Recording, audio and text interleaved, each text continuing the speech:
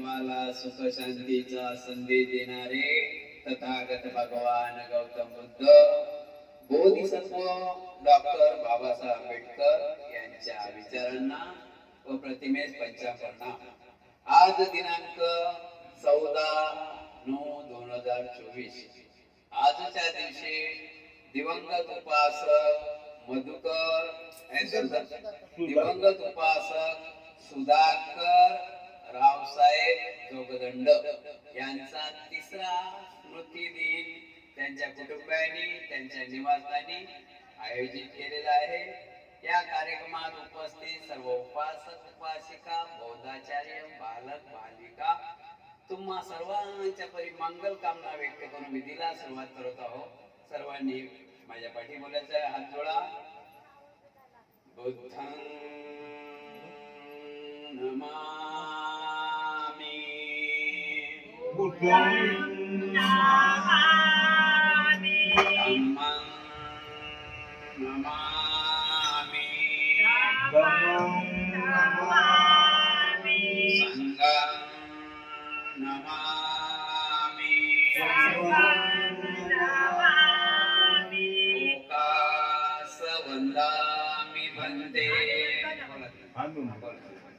ओकास वंदामि वंदे द्वारकेयं अतुमं अपराधं खमते वंदे द्वितीयंपि ओकास वंदामि वंदे द्वारकेयं कथं सम्मं अपराधं खमते वंदे तृतीयंपि ओकास वंदामि वंदे अर्तेन मनं कथं सम्मं अपराधं खमते वंदे ओकासं वंदे कीर्तनेन सपशरीरं धम्मं यासामि अनुगं गत्वा तेनं हेतमे वंदे द्वितीयंपि ओकासं वंदे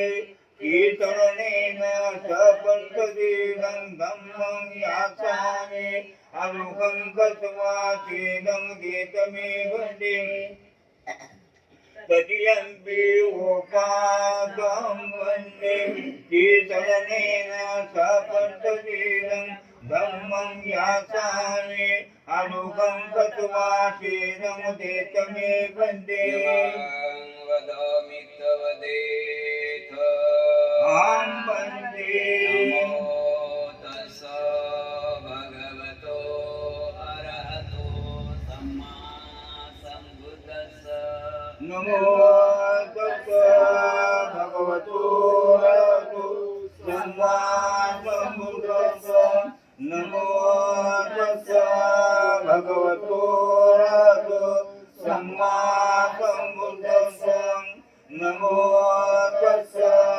भगवतो अरहतो सम्मा सम्बुद्धस्स शरणं गच्छामि बुद्धं शरणं गच्छामि धम्मं शरणं गच्छामि धम्मं शरणं गच्छामि संघं शरणं गच्छामि संघं शरणं गच्छामि द्वितीयंपि बुद्धं शरणं गच्छामि द्वितीयंपि बुद्धं शरणं गच्छामि द्वितीयंपि धम्मं शरणं गच्छामि द्वितीयंपि धम्मं शरणं गच्छामि द्वितीयंपि संघं शरणं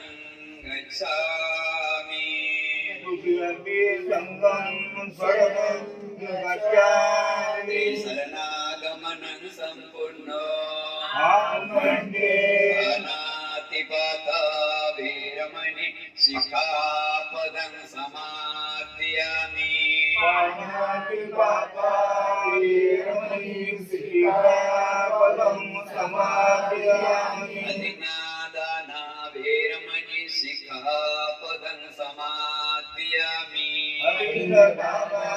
वेरमणि सिक्खापदं समादयामि कामेषु मिच्छाचारा वेरमणि सिक्खापदं समादयामि कामेषु मिच्छाचारा वेरमणि सिक्खापदं समादयामि मुसावादा वेरमणि सिक्खापदं समादयामि मुसावादा वेरमणि सिक्खापदं समादयामि शरणे सुरामेरजमज्जपमादठाना वेरमणि सिक्खापदं समादयामि वेरमणि सिक्खापदं समादयामि शरणेन साधिं पंचशीलं धम्मं साधुकं सुरक्षितं शीलं तत्त्वा अपमादेन सम्पादेतप वन्दे साधु साधु साधु प्लेट मध्ये जा अशी सगळी प्लेटच घरातले गन्धगुणोपेतं वेदं कुसुमसन्तति पूजयामि मुनिन्दस्य श्रीपादसरोरुहे पूजयामि बुद्धं कुसुमेन नयनं प्रियेण मेतेन लभामि मोक्षं मुखं विरायति यथायनं मे कायो कायाति विनाशभावम् पतितेन दीपेन प्रमदन्सिनं तिलोकदीपं सम्बुद्धं पूजयामि तमोनुदं सुगन्धिकाय वदनं अनन्तगुणगन्धिनं सुगन्धिनाहं वन्देनं पूजयामि तथागतं भूतधम्मा च संग सुगततनुभव धातु धातु गव्ये लङ्काय जम्बुदीपे तिदसपुरवरे नागलोके चतुपे समीभूतसमीपे सकलजसदिशे केशलोमानि धातु वन्दे सभेऽपि बुद्धं गतबलतनुजं बौद्धचैतन्य नमामि वन्दामि चैत्यं सब्बं सब्बठानेषु पतिडितं शारीरिकधातो महाबोधि बुद्धरूपं सकलं सदा सकलं विद्यां विगुरुज्ञानं देवरूपं सुजीव निमलसम्भोगविरकोशं गौरवर्णं सुखायम् अभयचित्तं विभयकामं सुरतधम्मं सुप्रेमम् विरतरजं सुजननेतं भीमरावं सरामि भीमरावं सरामि देवप्रातरत्नतो साधु वरदानतो आद्यकुलभूषणतो भीमराजा सकल विद्यापति ज्ञान सत्संगति शास्त्र शासनमति बुद्धि तेजा वक्रजानरवरं रत्नस्वजन उद्धारं भगवन्तं साकरं भक्तकाजं सौदार संकरि शास्त्रधरि आकरि कापना हरिउरि रौद्ररूपा मुक्तिपथमोन्नता जीर्णस्मृति जाडिता उजाडिला अगतिका मार्ग साजा वाण्यगणना श्रुति सूर्वी भारती महानुभूषति शरणबुद्धास्मि शरणधम्मास्मि शरणसङ्घास्मि भीमराजा भीमराजा भीमराजा इति विश्व भगवान् सम्मा सम्बुद्धो विद्याचरण सम्पन्नो सुगतो लोकविदो सुन्दरो पुरुष धम्म सारथि सत्यादेव मनुष्यानं बुद्धो भगवाति बुद्धं यावज्जीवितं पर्यन्तं स्वाहातो भगवतो धम्मो सद्दिको अकालिको यैपञ्चिको औपनायिको पच्यतं वेदितमो युवेति धम्मं यावज्जीवितं पर्यन्तं शरणं गच्छामि सुपटिपन्नो भगवतो सावकसङ्घो उजुपटिपन्नो भगवतो सावकसङ्घो न्यायपटिपन्नो भगवतो प्रतिपन्नो भगवतो सावकसङ्घो यदि तं चत्वारि पुरीसुर्गानि अष्टपुरीसभुङ्गलाय भगवतो सावकसङ्घो आवन्यो आवन्यो दक्वन्यो अञ्जलिकरणीयो अनुत्तरं क्रियते तन्दोकसाति संगं यावज्जीवितं पर्यन्तं शरणं गच्छामि नमो तस्स भगवतो अरहतो सम्मा सम्बुद्धस्स नमो भगवतो अरहतो सम्मा सम्बुद्धस्स नमो तस्स भगवतो अरहतो सम्मा सम्बुद्धस्स करणीयमथ कुशलेन एतं सन्तं पदम् अभिज्ञमे च साको भोजो च सोजो च सोच च वृद्धो अनतिमानि सन्तो सको च सुमनो च अपकिञ्चो च सौलौकवति सन्तिन्द्रियो च निपक्को च अपगपो कुलेषु अनुनिहितो न तन्मुद्धं समाचारिणि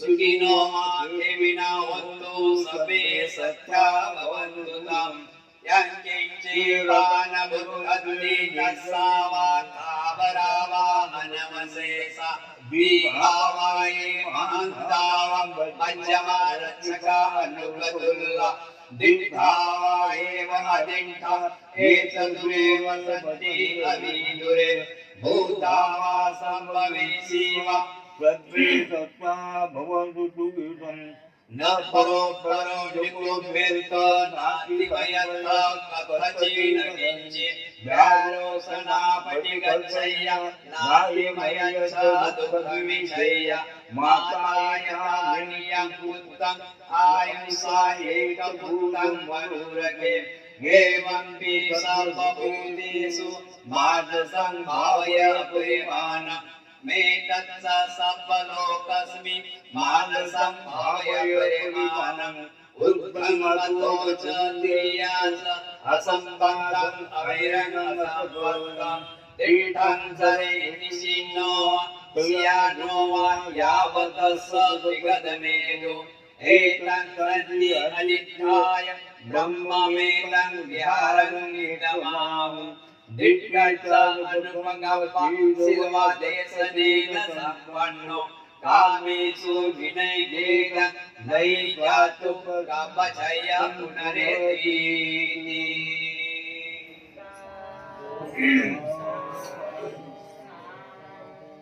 नमामि बुद्धं गुणसागरं सत्या सदा होन्तु सुखी वेरा कार्यो जिमुच्छो सकलो दुगन्धो गच्छन्ति सभ्ये मरणं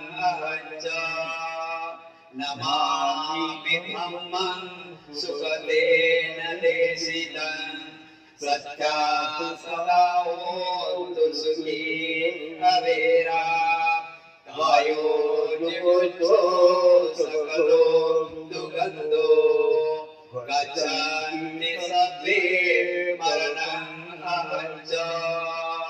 नमामि संඝं मुनिराज शावकं सत्या सदा होन्तु सुखी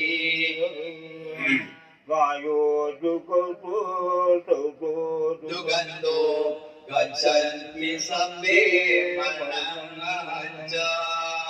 नमामि पञ्चभूतं विशुद्धं सत्या सदा होन्तु सुखी अवेरा वायो जिगुप्सो सकलो दुगन्धो गच्छन्ति सभ्ये मरणं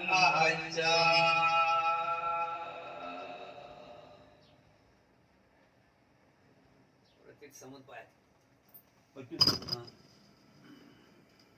अनिच्या वत्ता संकारा आदित्यावत संकारा अभिज्ञा पशिया संकारा संकार पशिया धियान पशिया नाम रूप पशिया चलायत पशिया पस्तो पशिया वेदना पशिया तन्ना पशिया उपादान पटिया भव पतिया जाति पतिया जरा मन शोक परिदेव दुख तो समसु पाया सा मधुम हे मंगे तस्त हे बदस्त दुख खंडस समुदय होती अभिज्ञात तगेतु आतीत दुरागरुवा संकार जुगोद वियान जुगोद नाम रूप जुगोद सरायतन जुगोद पस्तन जुगोद वेदना जुगोद तन्ना जुगोद उपादान जुगोद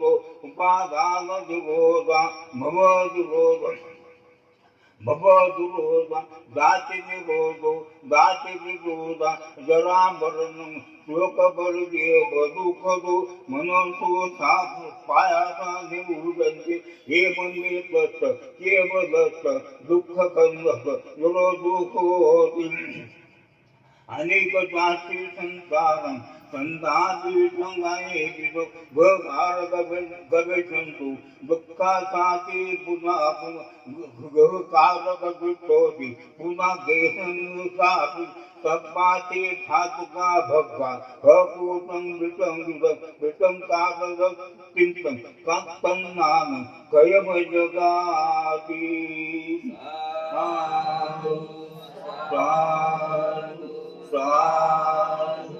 नमो तस्स भगवतो वरहतो सम्मा सम्बुद्धस्स नमो तस्स भगवतो वरहतो सम्मा सम्बुद्धस्स नमो तस्स भगवतो वरहतो सम्मा सम्बुद्धस्स नमो विपत्ती यासना आवन सुप्ती यासना विपत्ति पतिवाय सब संपत्ति दिया सब रोग विनाशाय भविदिगायुदाय सब दुख विनाशाय भूमि निर्माण संचिय मनते दुखं तदवा परतं मृदमं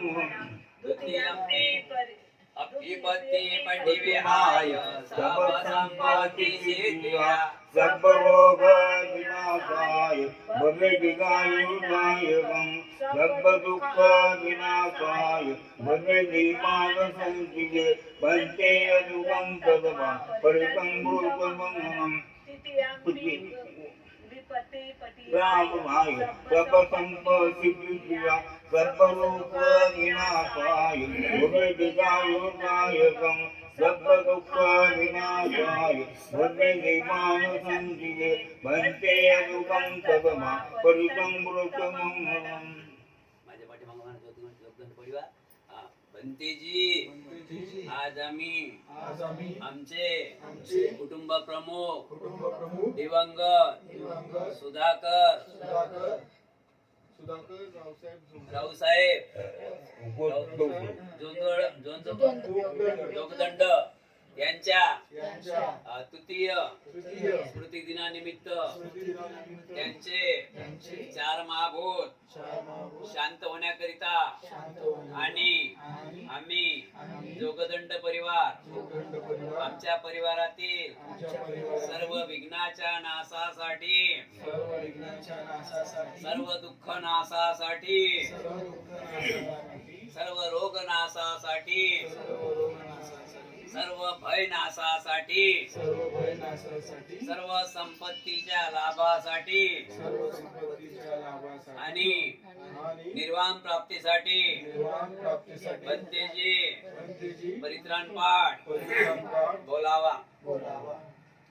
समन्ता चक्रवालेषु अत्र गच्छन्तु देवता प्रथमं मुनिराजस शृण्वन्तु सकलो पदम् धम्मसमरकारो अयं भदन्तो धम्मसमरकारो अयं भदन्तो धम्मसमरकारो अयं भदन्तो ये सन्ता सन्तचित्ता चित्तवनकरण एकरूपं देवा भूमा भूमा च देवा गुणगण यावता सबकानं एते आयन्तु देवा आजे मेरुराजे वसन्तो सन्तो सन्तो सन्तु मुनिवर वचनं सत्तुमग सुमग सर्वेषु चक्रवालेषु एकादेवादब्रह्मो यमामि कन्तं पुयं सम्पत्ति साधकं सपेतं अनुमोदित्वा समदा शासनरतं पमागरहितावन्तु आरकासो विशेषतो शासनसञ्चलोको च मुद्यो भवतु सर्वदा शासनपि च लोको च देवारक्षन्तु सर्वदा सते सुखी भवन्तु सर्वे परिवारे यन्तनो अनिता सुमना भवन्तु सर्वे याति मे राजतो वा चोरतो वा मनुष्यतो वा मनुष्यतो वा अग्नितो वा उदकतो वा पिशाचतो वा कानुकतो वा अनकटतो वा नकटतो वा जनपदरोगतो वा असदम्मतो वा असदिट्टितो वा असपुरिसतो वा ऐ विच्छिका मणि सप्प दिव्य अक्षररस सुकर मैसयकर सादी नाना वैरोगतो वा नाना वदतो वा नामे वैदो वा सबे अरगंतो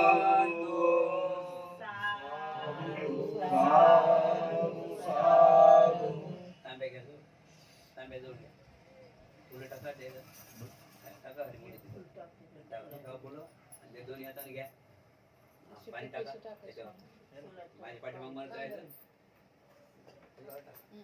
ते असं दे नाही थोडंसं नाही दान द्यावं पाणी ठेवा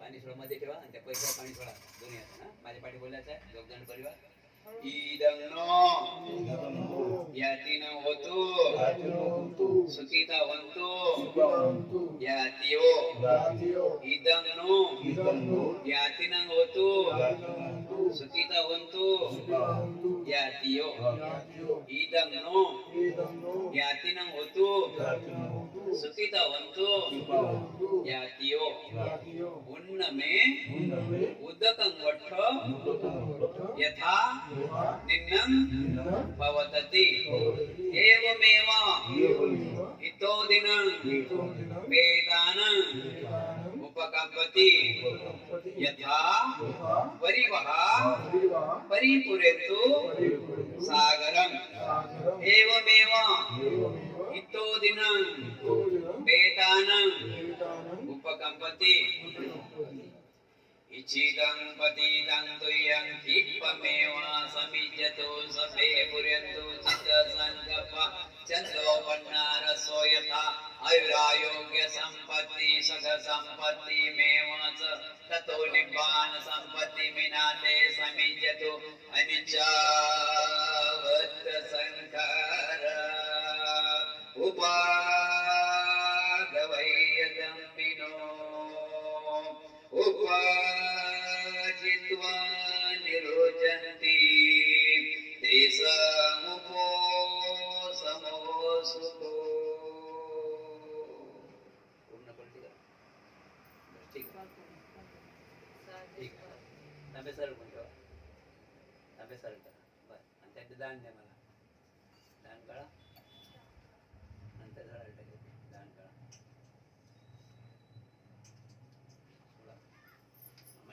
बोलायचं आहे? सोळा. माझ्या पाठी बोलायचं आहे. कालकथानं यातिनं इमं बिक्कं बिक्कू संगस देम देम देम दानं गदन्तो सदाय शीलं रक्षन्तो सपदा भावना बेटा दुःख पत्ताचनि दुःख भय पत्ताचनि भय शोक पत्ताचनि शोक वन्तु सब्बेऽपि पाणिनो एतावता सम्मे सम्बन्धं पुय्य सम्पदं सप्पदेवानुमोदन्तु सप्पसम्पत्ति सात्विक सिद्धिया दानं ददन्तु सदाय शीलं रक्षन्तु सप्पदा भावना वेदावन्तु गच्छन्तु देवतागता सबे बुद्धा बलवत्ता पचकानाच यंबलं हर्तानाच तेजेन रखं वदामि सबसो आकाशकाज भूमट्टा देवानागा मैलिका प्रियं तमनुमोदित्वा चिरं रक्षन्तु बुद्धशासनं आकाशकाज भूमट्टा देवानागा मैलिका प्रियं तमनुमोदित्वा चिरं रक्षन्तु धम्मदेशनं आकाशकाज भूमट्टा देवानागा मैलिका अनुमोदित्वा चिरं रक्षन्तु तं परन्ति सम्पत्तियो विभज्यन्तु सर्वरोगो विनशतु माते भवन्तवन्तरायो सुखी दीर्घायुको भव. जोगदंड परिवार तुमच्या घरातील तुमच्या परिवारातील सर्व विघ्नांचा नाश हो, सर्व दुःखाचा नाश हो, सर्व रोगांचा नाश हो, सर्व भयाचा नाश हो, सर्वांना दीर्घायुष्याचा धनदौलतचा लाभ हो. तुम्हा सर्वांच्या इच्छा आकांक्षा पौर्णिमेच्या शीतल चंद्राप्रमाणे पूर्ण हो. बुद्ध बलाने धम्म बलाने संघ बलाने तुम्हा सर्वांचे कल्याण हो, मंगल हो, मंगल हो, मंगल हो, सुखी हो.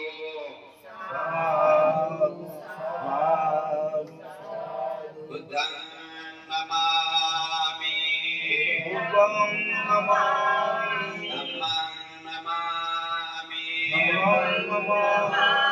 संघं नमामि.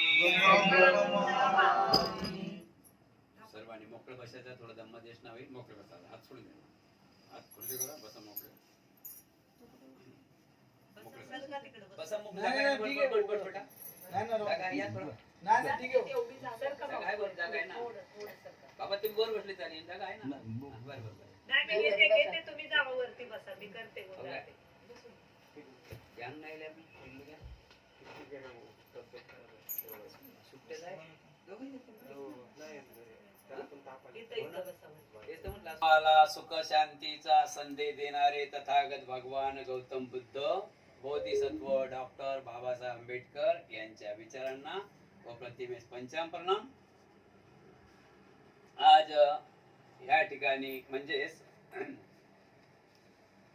Room number 7 room number 7 Sheetal house नवीन दुर्गा माता मंदिर समोर श्रीकृष्ण नगर पथारी पूल पत्री पूल कल्याण ईस्ट या ठिकाणी दिवंगत उपासक सुधाकर रावसाहेब जोगदंड यांचा आज तिसरा स्मृती दिवस म्हणजे 4/9/2024 रोजी आज तिसरा स्मृती दिवस त्यांच्या कुटुंबाने आयोजित केलेला आहे. या कार्यक्रमात सर्व उपासक उपासिका बालक बालिका बौद्धाचार्य तुम्हा सर्वांच्या बरी मंगल कामना व्यक्त करून धम्मदेशनाला सुरुवात करत आहोत. सर्वांनी शांतपणे ऐकून घ्यायचं आहे. हेच बुद्धातीताच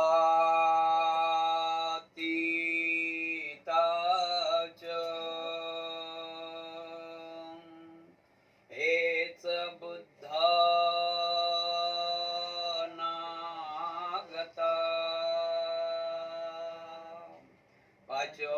पाचोपन्नाच ये बुद्धा अहं वन्दामि सबदा बुद्धं नमामि.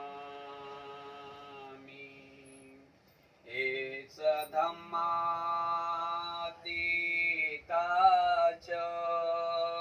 एष धम्मानागता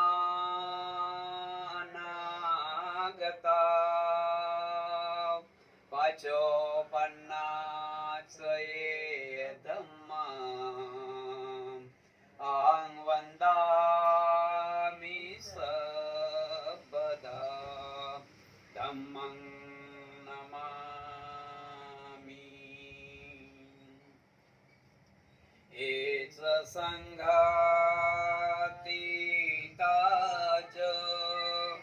एच संघानागता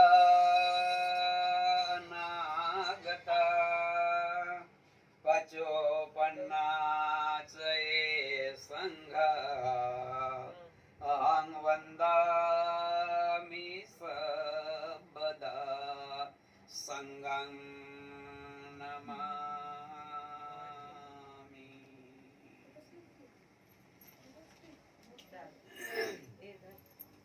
बुद्ध म्हणतात अनिचावत्त संखारा उपादवय धम्मिनो उपजित्वा निरोजन्ति तेसं उपोसमो सुखो.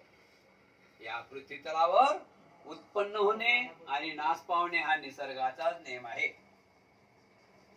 जन्म आहे तिथं मृत्यू आहे, यात कुठल्याच प्रकारे शंका नाही. जन्म आहे तिथं मृत्यू होणे, मृत्यू आहेच. राजा मिलिंद म्हणतात नागशनाला की नागशन, मिलिंद प्रश्नामध्ये, नागशन या प्रपंचात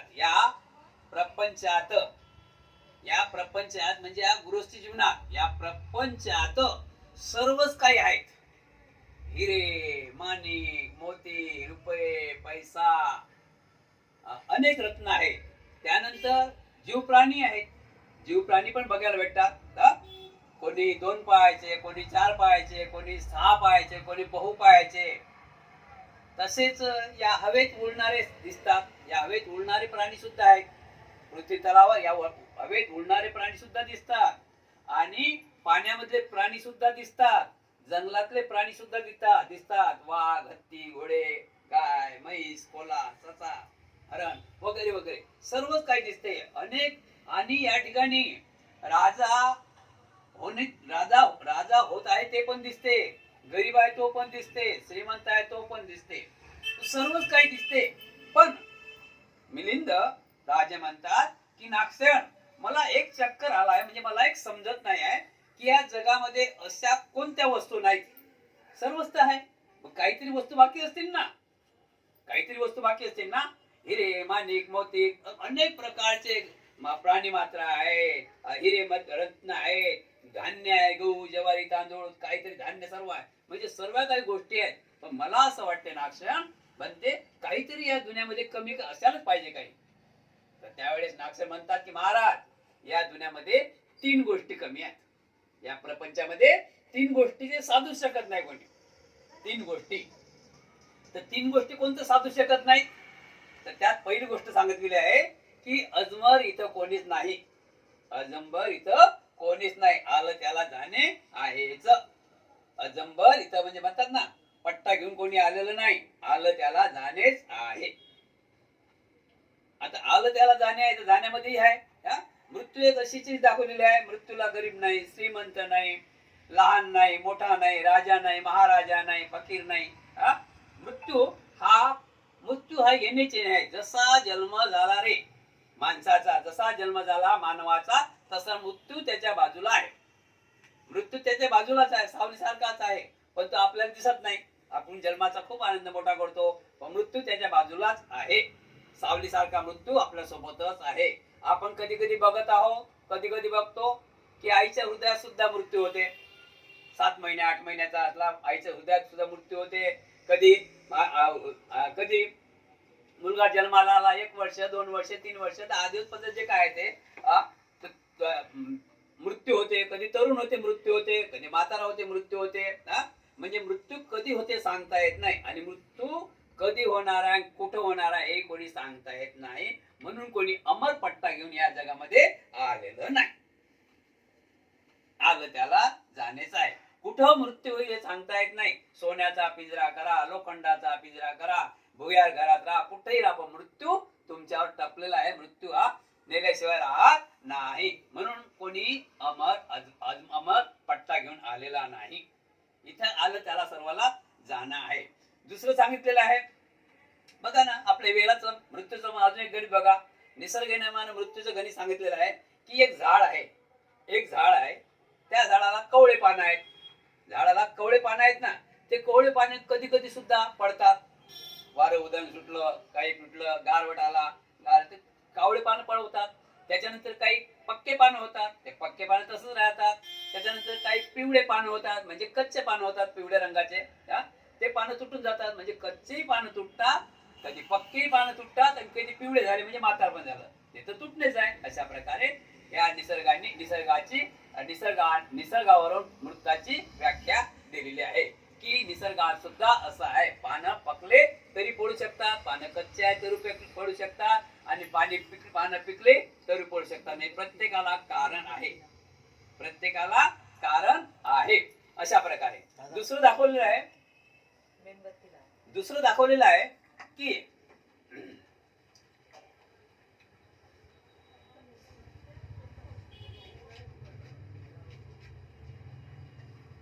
पहिलं दाखवलेलं आहे की उत्पन्न होणे नाश पावणे हा निसर्गाचा नियम आहे. दुसरं दाखवलेलं आहे की प्रत्येक दुःखाला कारण आहे. जसं दुःख आहे त्याला कारण आहे, कारणाशिवाय काहीच घडू शकत नाही, कारणाशिवाय काहीच घडू शकत नाही. आज पाऊस येत आहे, कशावरून माहित पडते आपल्याला?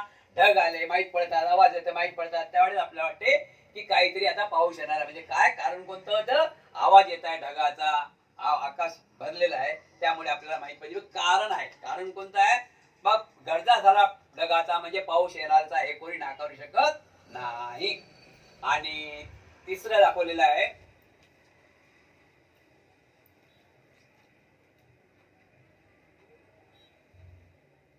चला तिसरी ध्यानात येईल. अशा प्रकारे लिहून तिसरी ध्यानात येईल. म्हणजे 3 कारण असे आहेत की या पृथ्वी तलावर ते कोणीच त्याची बराबरी करू शकत नाही, कोणी त्याची बराबरी करू शकत नाही.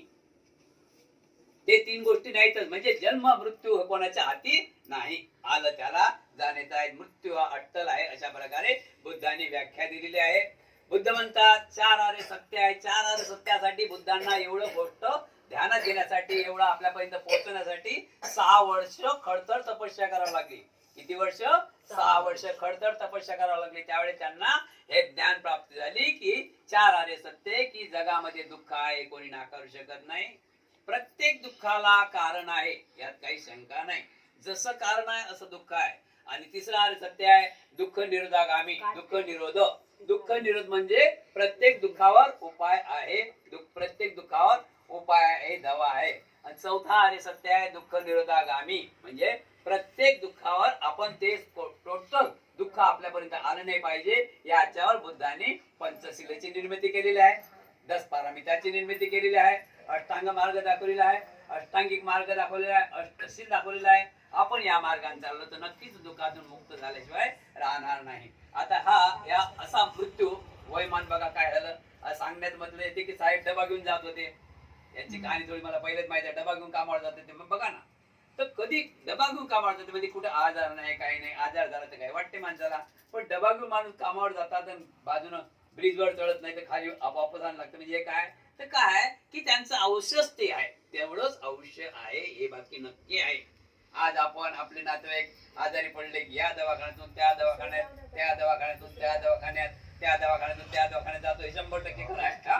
पण काय की झालं की तुमचा पैसाही काम येत नाही, म्हणजे त्यांचं औषध तेवढं आहे. म्हणून आता आपण जास्त 3 वर्ष बघा, बोलता बोलता किती वर्ष झाले? 3 वर्ष झाले. अजून कसं दुःख जाईल काय घरातलं? कारण नाही जाणार ना, प्रमुख व्यक्ती आहेत, कसं दुःख जाईल? कसं दुःख जाईल? काय त्यांनी कमी केलं? आज आम्ही त्या निवासस्थानी होतो, त्यांची जर कृपा आहे ना, काय कमी केलं आठवण तर येणारच आहे. म्हणून जोगदंड परिवार यांनी जास्त आता शोक न करता दरवर्षाप्रमाणे दरवर्षी हा कार्यक्रम तर करावाच, स्मृती दिवस साजरा करण्याचा आहे, पण जास्त बाबांच्या जास्त म्हणजे आठवणी जास्त जागून त्यांचे जे महत्वाच्या आठवणी आहेत, त्यांचे जे काम बाकी राहिलेले आहेत, त्यांच्या जे जबाबदारी आहेत, त्यांच्याकडे भावानी लक्ष द्यायचं आहे, आईकडे लक्ष द्यायचं आहे. किती भाऊ आहे? दोघं भाऊ. आईकडे लक्ष द्यायचं बघा ना. आईला बघा काल आज चालता येत नाही बरोबर का की खुर्ची आहे, खुर्चीहून पडले म्हणतात बघा नाही तर काय होईल सांगता येत नाही माणसाचं. म्हणून आपण आता आई वडिला आपल्या आईकडे लक्ष द्यायचं आहे, भावानी भावाकडे लक्ष द्यायचं, सर्व घराकडे आपण लक्ष देऊन आपल्या बाबांचं जे काही कार्य अधूर आहे त्याच्याकडे आपण लक्ष द्यायचं आहे. सर्व नातेवाईकाला धरून चालायचं आहे. आज बाबा असते तर अजूनही जास्त लोक येत होते, असं एक म्हटलं चालेल. सही आहे की नाही? पण तुम्ही असं धरून चाललं पाहिजे. मला वाटते बाबाच्या आईची त्यांची पण लय कीर्ती होती. आईचे खूप संपूर्ण विधी गिधी सर्व गोष्टी म्हणत होते. तर असं आपण नाव कमावलं पाहिजे. या दुनियामध्ये काही नाही. आपण नाव कमावलं पाहिजे, चांगलं जीवन जगलं पाहिजे. अशा प्रकारे आपण इथे आक्रोश न करता आपण आता किती हा चेहरा आता डबल वापस येणारा नाही. सगळे चेहरे दिसतील आपल्याला, हा चेहरा वापस येणारा नाही. आज आपण इथं रडत बसलो, आपल्या आपला आसू दादरच्या समुद्रापर्यंत पोहोचल्या तरी हे बाबा सुधाकर बाबा वापस येणारे नाहीत. म्हणून आपण जास्त विचार न करता आपल्या कुटुंबाकडे लक्ष द्यायचं आहे. त्यांचं जे अधोर काम आहे त्यांच्याकडे लक्ष द्यायचं आहे आणि आपलं जीवन सुखी करायचं आहे. एवढंच बोलून इथं थांबतो. सर्वांचं कल्याण हो, सर्वांचं मंगल हो. सुखी हो, सुखी हो, सुखी हो. त्यानंतर भिक्खुनी संघमित्रा पंखा चालू करा. संघमित्रा दोर्दम मध्ये असणार येतील. नमो बुद्धाय, नमो धम्माय, नमो संघाय. आजच्या पुण्यमोदनाचा कार्यक्रम आहे. सुधाकरजी यांना शांत होऊन 3 वर्ष झालेली आहेत. तरी परिवाराने त्यांना जिवंत ठेवण्याचा प्रयत्न करत आहे. कशा प्रकारे तुम्ही म्हणाल जिवंत कसे काय? तर आपण ज्या वेळेला त्यांच्या आठवणी करतो त्या वेळेला ते आपल्यामध्ये सर्वांमध्ये ते असतात आठवणीच्या रूपाने. आपण कुठल्याही आठवणी चांगल्याच आहेत, त्याच आठवणी आपण जपत असतो आणि त्या आठवणीच्या रूपाने त्यांना आपण आपल्यामध्ये सामील करत असतो. आता म्हणायला गेलं तर आपण जन्म आणि मृत्यू यामधला जो मधला काळ असतो तो संसारिक भवचक्राचा काळ असतो. भवचक्र संसाराचे म्हणजे दुःख आणि सुख या मार्गाला तथागत गौतम बुद्धाने दुःखमुक्तीचा मध्यम मार्ग म्हटलेला आहे. मी आता सुरुवात करते. जेव्हा बालपणापासून खेळण्या कुदण्याच्या वयामध्ये लहानपणापासून बाबासाहेबांनी भेदभावाचा आणि त्यागाचा, कष्टाचा, शोषणाचा आणि गुलामगिरीचा शोषण कसं असते हे त्यांनी लहान वयापासून म्हणजे त्यांना त्या चटके जाणवलेले आहे. त्या चटक्याच्या जाणीवेने त्यांनी आपलं जीवन जगता जगता ते विद्वत्तेला गेले, फार मोठे महामानव झाले, विद्वान झाले आणि त्यांनी बहुजनाच्या सुखासाठी आणि बहुजनांच्या हितासाठी आपलं अख्खं आयुष्य अर्पण केलं. अशा महान महामानवाला माझा सर्वप्रथम अभिवादन करते. यशोधरा माता, रमाई, जिजाई, सावित्रीबाई यांना मी सर्वप्रथम अभिवादन करते.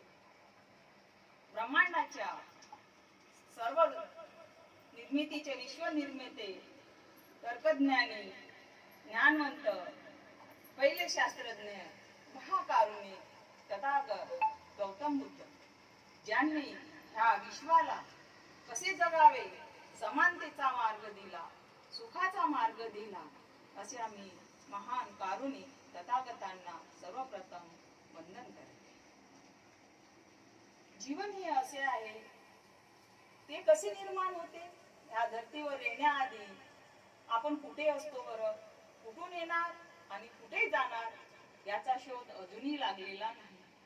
शेवट मरण आहे हे सर्वांनाच माहीत असते, परंतु हा जीव कसा निर्माण होतो याच्यावर संशोधन सुरू आहे. जेव्हा आईच्या गर्भामध्ये कोशिका पेशी 2 जीवनाच्या मिलनामुळे त्या तयार होतात आणि आपल्या हाडाच्या ढाच्या मध्ये ते पेशिका कोशी द्रव्ये सगळं मिळून एक जीव तयार होतो आणि त्या पंचमहाधातूच्या निर्मितीने निसर्ग निर्मितीने हा जीव फलत असतो, वाढत असतो. ज्याला आपण प्राणवायू म्हणतो, म्हणजेच ती हवा असते, अग्नी याच्या पंचमाधातून तो जीव तयार होतो. आता आपण लहानपणापासून रूढीनं रूढी, परंपऱ्यानं परंपरा ऐकत आलेलो आहोत. आत्मा आहे, परात्मा आहे, परमात्मा आहे. खरोखर आत्मा आहे का? मग आपण आपल्या बुद्धीच्या विचाराने, मी माझ्या तरी बुद्धीच्या विचाराने असं ठरवलं, हो आत्मा आहे. आत्मा म्हणजे काय? तर आत्मा म्हणजे जीव. जीव म्हणजे काय? जीव म्हणजे चेतना. आता तुम्ही म्हणाल परमात्मा म्हणजे काय? तर परमात्मा म्हणजे असाधारण, अनंत, जो कधी कुणासारखं होऊ शकत नाही, ही अशी एक उपाधी आहे, महान उपाधी आहे, जे सर्वसाधारण लोकांना देण्यात येत नाही. ती असाध्य आहे. त्यांना परमात्मा म्हणतात, ज्याला आपण भगवंत म्हणतो, देव म्हणतो. तर ह्या उपाधीमुळे हा परमात्मा शब्द आलेला आहे आणि आत्मा शब्द पण आलेला आहे. तो नाही असं नाही, तो बुद्धकालीन आहे, परंतु त्याचा अर्थाचा अनर्थ करून ह्या मनुवाद्यांनी, ब्राह्मणवाद्यांनी आपल्याला भ्रमित केलेला आहे.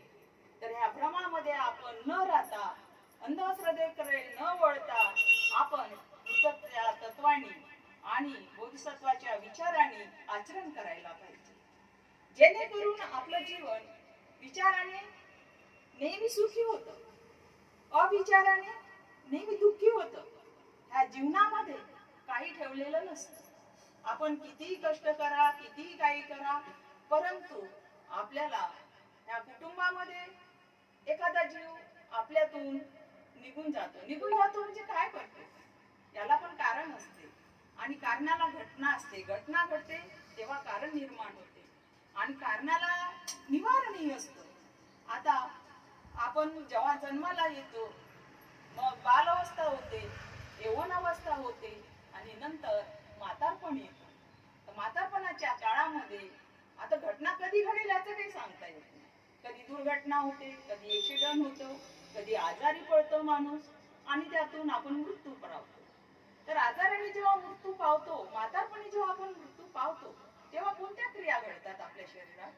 तर आपल्या कोशिका पेशी हळूहळू म्हाताऱ्या होतात. ज्या पेशी उत्पन्न नष्ट, उत्पन्न उद्वेग उद्वेग, हा जो प्रकार आपल्यामध्ये दिलेल्या बुद्ध तत्वाने जे उत्पन्न होणार ते नष्ट होणार, तर ते कार्य आपल्या शरीरामध्ये चालत असते. ते कार्य हळूहळू कमी होत येतं वयानुसार. जसजसं आपलं वय वाढत जातं तशा पांढऱ्या पेशी, लाल पेशी, कोशिका पेशी हळूहळू कमी कमी बनायला लागतात आणि नंतर त्यांचं हळूहळू पतन होतं आणि अशा प्रकारे आपला देह झिजून काही आजाराने, निमित्त तर लागणार ना जायला, म्हणून आपला हा शरीर निघून जातं म्हणजे काय, आपला एक भ्रम आहे की आपला पुनर्जन्म होईल. या भ्रमामुळे आपण अंधश्रद्धेकडे ओढतो. ते कसे? ते असे की मुलीला मुलगा किंवा सुनीला मुलगा झाला, आई आताच माझे गेले हो, तेच माझ्या घरात जन्माला आले. हा एक आपला अंधश्रद्धेचा भाग झाला. तसं कधीही होत नाही. बुद्धाचं तत्व आहे, जो एकदा निर्माण होणार तो निघून जाणार. पण तो कसा निघून जाणार? त्याचे एक नियम आहे, तत्व आहे, परिवर्तनशील. हे निसर्ग, नियम, ब्रह्मांड सर्व परिवर्तनशील आहे. त्याला पुनर्जन्म म्हणत नाही, फक्त तो क्रिया बदलत असतो. जसं एखादं आपण दूध घ्या, दुधामध्ये विरजण घातलं की दही होतं. दह्याचं परत दूध होत नाही. दह्यामध्ये विरजण घातलं, त्याला घुसळलं की त्याचं ताक होतं, परत ते दही होत नाही. म्हणजे पुनर्जन्म होतो का? नाही होत. मग ताकातून तुम्ही लोणी काढता, लोण्याचं तुम्ही तूप करता, तुपापासून तुम्ही दूध काढू शकता का? मग पुनर्जन्म होऊ शकतो का? मग ह्या भ्रामक संज्ञामध्ये आपण अडकू नये. ही अंधश्रद्धा आहे. हे तथागत बुद्धाने आपल्या तत्वाच्या सिद्धांताने तुम्हाला दाखवून दिलेला आहे, सिद्धांत दाखवलेला आहे. नाहीतर मनुवादी आणि ब्राह्मणवाद्यांनी तुमच्यासमोर एवढ्या मनगड कहाण्या ठेवलेल्या आहेत तर तुम्ही आज तुमच्या घरची व्यक्ती गेली, तुम्ही पिंडदान केलं नाही, तुम्ही अमकी क्रिया केली नाही, त्यांना काय आवडत होतं ते दान केलं नाही, त्यांना जे आवडत होतं ते त्यांच्या प्रेतावर नेऊन ठेवलं नाही, तर तुमच्या घरामध्ये हानिकारक कृत्य होईल, तुमचं नुकसान होईल, तुम्ही पापी आहात, असं काही काही म्हणजे खूप काही त्यांनी तुम्हाला हे लावून ठेवलेले आहेत अंधश्रद्धा. त्या भयामुळे आपण काय करतो, नाही बाबा असं होऊ नये म्हणून आपण मग बळी देतो. जे काही सांगितलं बुवा बाजेंनी ते सगळे क्रियाक्रम आपण करत असतो. का करतो तर आपण भयामुळे करतो.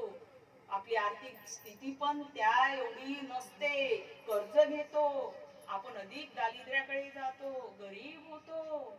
का तर हे वामनवादी लोक जसजसे आपलं खच्चीकरण करतात तसतसे आपण तळागाळाला जातो आणि ह्या तळागाळातूनच काढण्याचं काम बोधिसत्व परमपूज्य डॉक्टर बाबासाहेबांनी केलेलं आहे, तथागतांनी केलेलं आहे. या भ्रमणामध्ये तुम्ही फसून नका. असं केलं काय नाही केलं काय तरीही काही फरक पडणार नाही. परंतु चांगलं जर करायचं असेल तर आपलं आचरण नीट असावं, आपलं कार्य शुद्ध असावं, विचार आपले चांगले असावे, तर आपल्या जीवनात सुख निश्चितच येतं, दुःख आपोआप पळून जातं, संकट आपोआप नष्ट होतात, विघ्न आपोआप टळतं, कुठलंही काही दुर्व्यवहार आपल्या जीवनात घडत नाही. परंतु एक सांगितलेलं आहे आपल्या बोधिसत्वांनी आणि तथागतांनी, हे जे आपण कार्य करत आहोत ह्या कार्याच्या निमित्ताने चार लोक आपल्या घरी येतात, भिक्खूचे पाऊल आपल्या घराला लागतात, ते एक आदरणीय असतं, पूजनीय असतं. त्या निमित्ताने आपण चार घासाचं आर्थिक दान जे काही दान असतं ते त्यांच्या नावाने आपण देत असतो. आता आपण दुःखी का होतो? दुःख तर व्यक्त करायचं नसतं. गेलेली व्यक्ती नश्वर आहे, नष्ट होणार आहे, कारण हे शरीर एकदम किड्या माकोड्याने गंदगीनं भरलेलं आहे, तृष्णेनं वाढलेलं आहे. नाहीतरी त्याला गेल्यानंतर एक दिवसात दोन दिवसात त्याला अग्निदेह देऊन त्याला संपावंच लागतं, कारण ते ठेवण्याच्या लायकीचं नसतं. त्याबद्दल किती आपण आसक्ती बाळगली तरी ते काही आपल्या सोबत येणार नसतं. आणि आपण खरं दुःख कशाचं करत असतो हे सत्य आहे. आपण त्या व्यक्तीचं दुःख नाही करत, आपण दुःख काय त्या व्यक्तीचं नाही करत, आपण भावुक होतो, आपण त्याची आठवण काढतो. कोणती आठवण काढतो बरं? हा ते होते, पगार येत होता, मला साडी आणत होते, मुलगा म्हणतो मला खर्चाला पैसे देत होता, सून म्हणते मला आईकडे जाण्याला अमक करत होते, मला तसं करत होते. आता कोण करणार? काय म्हणतो आपण? आता कोण करणार? ह्या लोभाच्या पायी आपण त्या व्यक्तीची आठवण करतो आणि त्या कृष्णेपायी मग जर त्याची वाईट आठवण आली, जाऊ दे बरं झालं गेला तर, बरं झालं गेली तर, माझ्याशी भांडत होती, मला असं करत होती, मला तसं करत होती, देत नव्हती, ह्या काय झाल्या? वाईट गोष्टीच्या आठवणी झाल्या की नाही? तेव्हा आपण त्याचा तिरस्कार करतो, तेव्हा आपल्या ते काय आपण त्या व्यक्तीची अवहेलना करतो. म्हणजे आपण त्या व्यक्तीबद्दल रडत असतो का? नाही. आता ती व्यक्ती गेली आहे ना, माझे ही सुख संपत्तीचा खजिना संपलेला आहे, ते पूर्ण कोण करेल? म्हणून आपण रडत असतो. आणि रडून आपण त्या जीवाला तर जिवंत करू शकत नाही, पण आपण स्वतः रडून, स्वतः दुःखी होऊन, स्वतः आजारी पडत असतो. आणि ती व्यक्ती तर जाणारी जाते, पण घरावर आपण आपल्या कुटुंबात परत संकट निर्माण करत असतो. का? आपण आजारी पडलो, दवाखान्यात न्या, धावपळ करा, ती गेली व्यक्ती देतो दुःख राहिलं दूर, पण आपल्याच मागे लागा. म्हणून तथागतांनी सांगितलं दुःख व्यक्त करू नका. जसा जन्माला बाळ येतं तर आपण काय म्हणतो? आनंदच करतो की नाही? जीवाला की लगेच म्हणतो आमच्याकडे बाळ जन्माला आलं. ते केव्हा कळतं?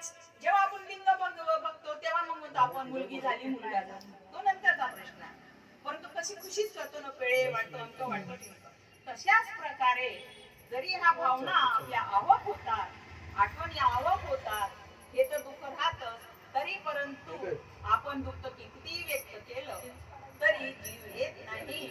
आणि म्हणून आपण त्याबद्दल दुःखी होऊ नये.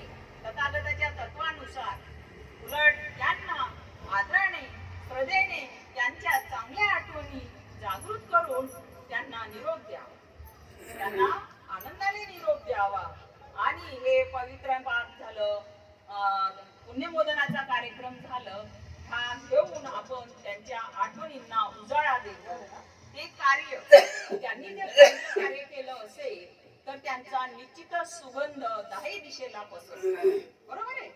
आणि ते जागृत आणि जिवंत असतात. आता बाबासाहेब, तथागत, गौतम बुद्ध म्हणा, थोर पुरुष म्हणा, शरीराने आहेत का? नाही. परंतु ते त्यांच्या कार्याने अजूनही विश्वास जिवंत आहे.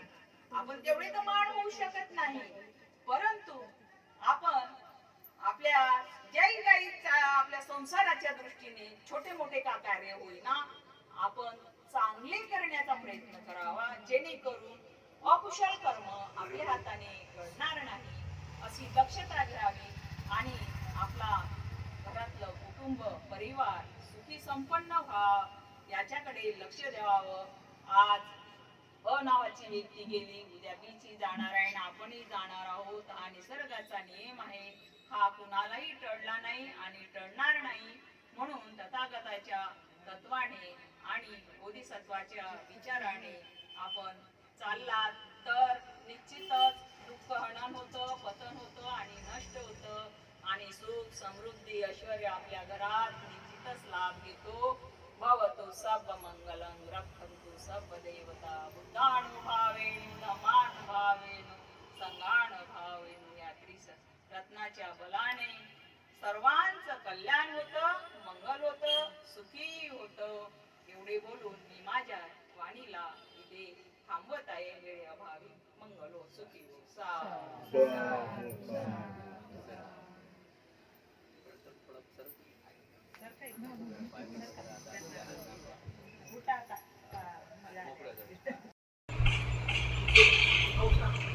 तथागत गौतम बुद्ध परमपूज्य डॉक्टर आंबेडकर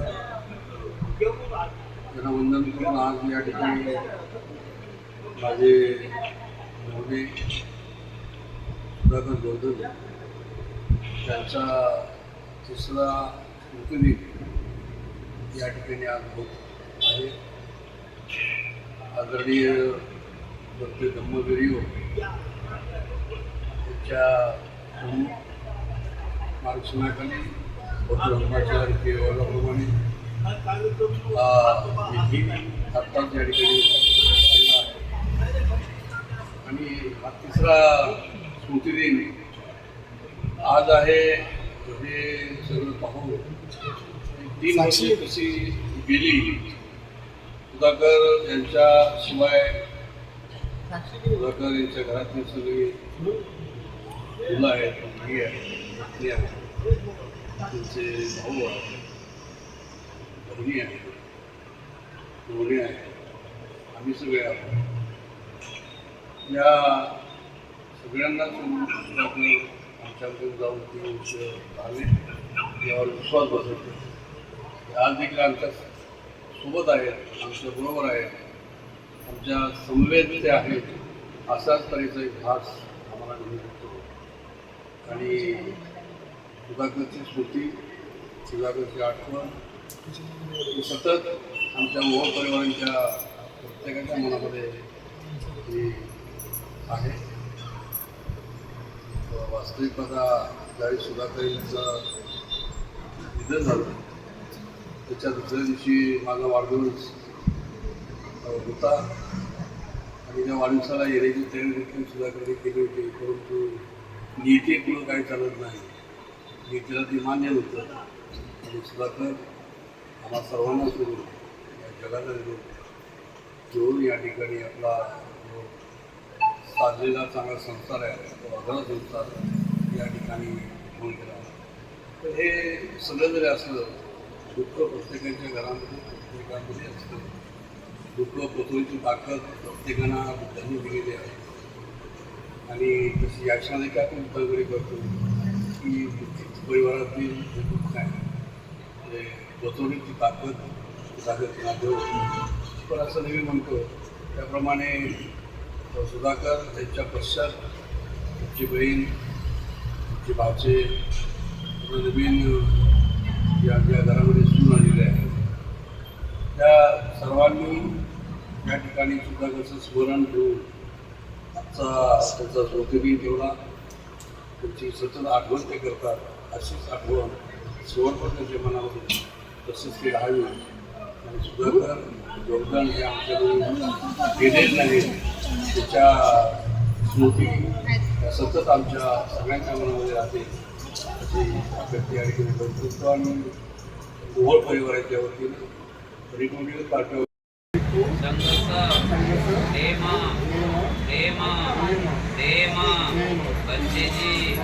आज आम्ही योगदंड परिवार आमच्या परिवाराची दिवंगत उपासक सुधाकर रावसाहेब योगदंड ध्यानात घेण्यासाठी एवढा आपल्यापर्यंत पोहोचण्यासाठी 6 वर्ष खडतर तपस्या करावी लागली.